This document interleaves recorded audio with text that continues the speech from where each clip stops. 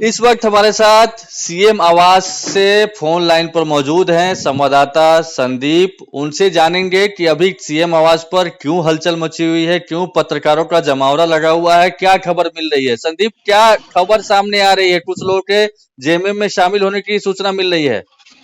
सही कहा आशुतोष जी कि जिस तरह से झारखंड में विधानसभा चुनाव की घोषणा हुई है, उसके बाद से जिन नेताओं की टिकट कटती नजर आ रही है, कहीं ना कहीं वे दूसरे पार्टी की ओर बढ़ रहे हैं और पार्टी ज्वाइन कर रहे हैं। हालांकि आज जो जानकारी मिल रही है उसके अनुसार जो भाजपा की जो पूर्व भाजपा से विधायक रही हैं, पूर्व विधायक और पूर्व मंत्री भी रही हैं भाजपा से, लुइस मरांडी की यदि बात करें तो लुइस मरांडी का भी चर्चा तेज है कि लुइस मरांडी कभी भी बीजेपी छोड़ के जेएमएम का दामन थाम सकती है और इस बार जेएमएम कोटे से ही चुनाव लड़ सकती है। हालांकि जो मीडिया वाले हैं, अन्य जो मीडिया हाउस के लोग हैं, वे लोग भी मुख्यमंत्री आवास के बाहर कहीं ना कहीं इस जो खबर मिली है उसके बाद लोग इंतजार कर रहे हैं कि संभवतः कभी भी लुइस मरांडी जेएमएम जो मुख्यमंत्री आवास है वहां मुख्यमंत्री हेमंत सोरेन से मुलाकात करने के लिए आ सकती है और पार्टी का दामन थाम सकती है। पर देखना होगा कि क्या सच में लुइस मरांडी अपने पार्टी से विरोध करके कह सकते हैं बगावत करके जेएमएम का दामन थामती है या नहीं। हालांकि सबकी निगाहें टिकी हुई है और लोग इंतजार कर रहे हैं। हालांकि जो जानकारी मिल रही है उसके अनुसार लुइस मरांडी ने यह जरूर कहा है कि बीजेपी से उनका मोह भंग हो गया है।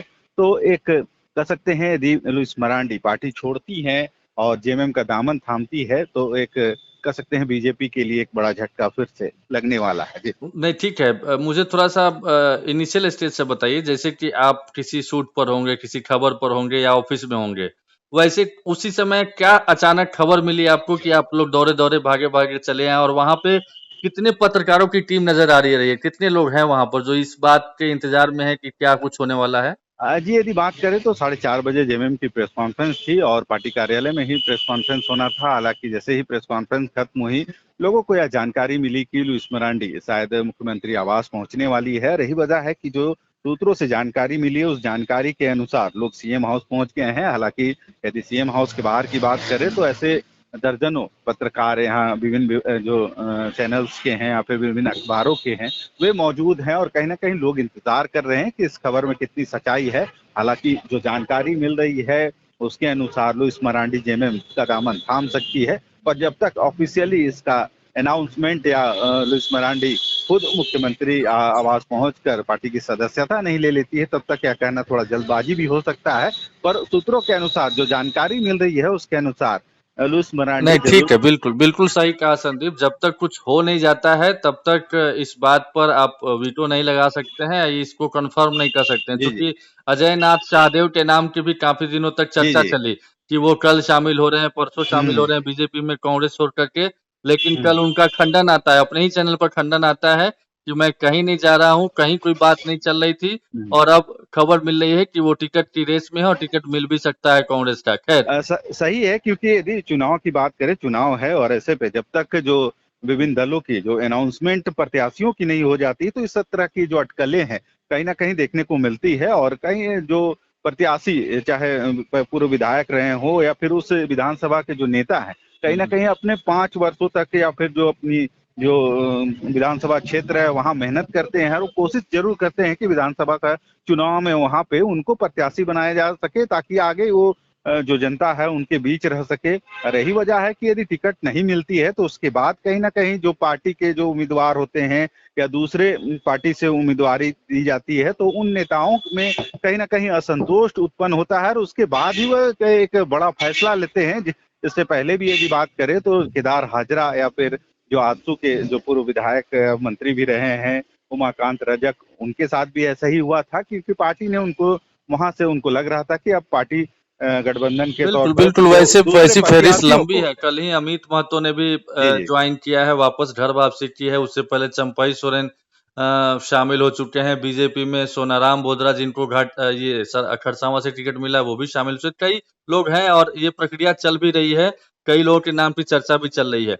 क्या सिर्फ उन्हीं के नाम की चर्चा है कि कुछ और लोगों के जॉइनिंग की खबर आ रही है, आने की खबर सूचना मिल रही है आप लोगों को? जी लगभग देखा जाता है कि कई ऐसे दल हैं जहां पे कुछ ना कुछ जो पार्टी के लोग हैं वे हमेशा ज्वाइनिंग या फिर जो अपने नहीं, पार्टी की फिलहाल अभी सदस्यता। जहाँ पे जो इन्फॉर्मेशन पे आप सीएम हाउस पहुंचे हैं, वहां पर क्या गणेश महाली के भी आने की सूचना है? जो सरायकेला से पिछली बार कैंडिडेट थे वो, और 2014 में भी चुनाव लड़ा था बीजेपी के सिंबल पर।